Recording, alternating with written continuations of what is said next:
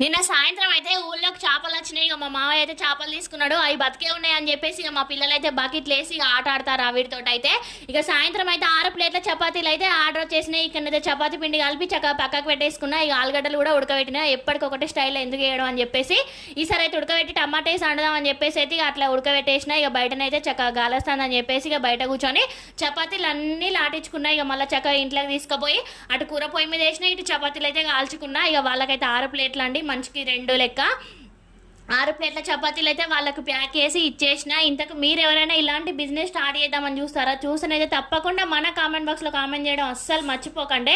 Full videos కూడా ఉన్నాయి మన ఛానల్లో, వెళ్ళి ఒకసారి అయితే చెక్ చేయండి ఇంట్రెస్ట్ ఉన్న వాళ్ళు ఎవరైనా ఉంటే. ఇక నేనైతే ఇట్లా ప్యాక్ చేసి హాట్ బాక్స్లో పెట్టి ఇచ్చేసిన, కొంచెం వేడుంటాయి అని చెప్పేసి. ఇక కర్రీ కూడా సూపర్ వచ్చింది ఈరోజు అయితే. మా ఆయన అయితే డ్యూటీకి వెళ్ళి రాగా మటన్ తీసుకొచ్చింది. ఇక చక్కగా అండేసిన చపాతీలు మటన్ కర్రీ మేము కూడా తినేసినాం. ఇక బోల్ అన్నీ అడిగేసింది. ఇక గ్యాస్ స్టవ్ అయితే అలంకరణ చేస్తాం.